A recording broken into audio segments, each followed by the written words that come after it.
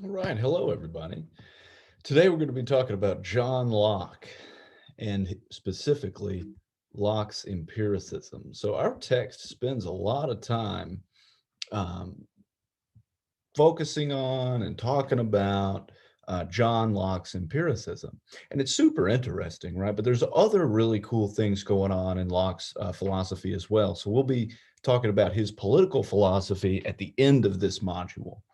Okay, so first, recall from the previous videos that empiricism is the view that there is no knowledge independent of the senses, right? Roughly speaking, that's what empiricism is. So, according to rationalism, all knowledge is derived independently of the senses, right? So we use things like deduction and reason to come to various a priori claims. Whereas with empiricism, we don't do that, right? Rather, we build up a network of various perceptions, right? And we put those together using reason. We put those sort of together in ways that build more complex ideas, right? So Locke wants to say uh, uh, a little baby is more like a little idiot with nothing in its brain, and so the mind, according to Locke, begins with an empty slate.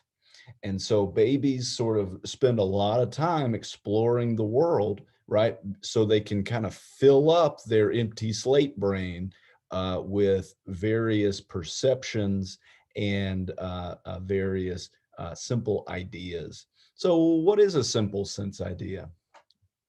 A simple sense idea, according to Locke, is these are perceptions, smells, tastes, sounds, etc., and kind of the raw feels of these things, right? So without attaching any idea to it, it's just like seeing an apple, but not being able to call it an apple. You're just like seeing the red, you're seeing the shape, you're seeing the stem, you're seeing various parts of the apple without identifying it as an apple. So these are simple sense ideas, according to Locke. Okay, so what do? We take all of those simple sense ideas, right?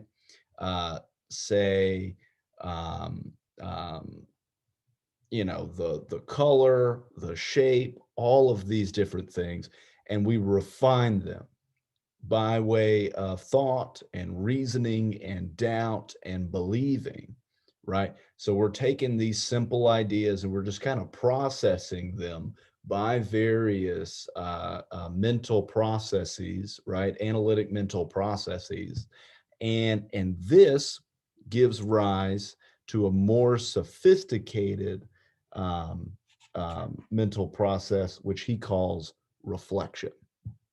Okay, so today we've talked about empiricism. We've talked about how Locke is an empiricist and that no knowledge comes prior to sensory experience. And we talked about simple ideas, simple sense ideas, and how the processes of thought and reasoning and doubting and believing give rise to reflection.